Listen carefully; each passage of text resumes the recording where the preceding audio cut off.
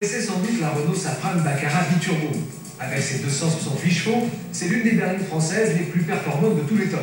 Hélas pour elle, elle a du mal à trouver preneur par la faute d'un tarif exorbitant, 430 000 francs, pour une voiture certes ultra efficace, mais perfectible sur bien des points. Le préparateur allemand Arnke, responsable de la conception et de la fabrication de la Safrane, a donc eu l'idée d'une version moins chère, mais tout aussi performante, sur la base de la Renault Laguna. Il l'a bien sûr baptisée Renault Laguna Biturbo et avait l'ambition de la vendre 250 000 francs pour concurrencer la fabuleuse BMW M3.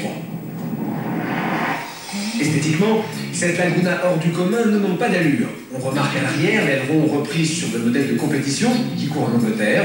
L'avant est très spectaculaire, avec un spoiler très massif, mais particulièrement réussi. La sortie d'échappement est identique à celle de la Safrane. À bord, on retrouve le niveau de finition RXE avec l'airbag et la clim. Aucun traitement spécifique vient personnaliser le modèle, histoire de réduire les coûts.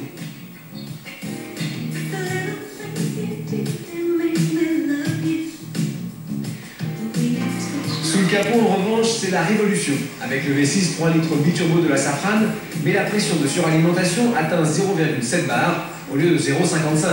En outre, support moteur, connecteur, conduit, arbre à cam sont nouveaux pour parvenir à une puissance de 280 chevaux, 12 de plus que sur la Safrane.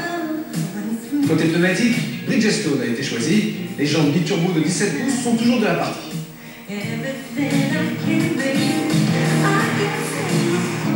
Entre les mains du magicien Arnke, le V6 biturbo possède un punch fantastique. Ainsi motorisé, la Laguna atteint une vitesse de pointe de 254 km/h. Avec 26 secondes 9 au kilomètre départ arrêté, elle reste assez loin d'une BMW M3, mais fait beaucoup mieux que la Safrane. Alors certes, sous la pluie, il convient d'utiliser le pied droit avec parcimonie. 280 chevaux sur une traction avant, ça ne passe pas avec facilité, mais dans l'ensemble, la motricité est acceptable.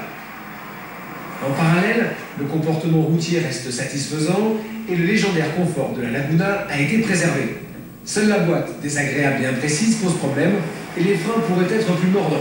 Mais sincèrement, cette Laguna biturbo est une réussite. Hélas, Renault ne la commercialisera pas, découragé par l'échec de la Safrane. La voiture que vous voyez restera sans doute un exemplaire unique. Dommage, car à 250 000 francs, elle pouvait tenter sa chance.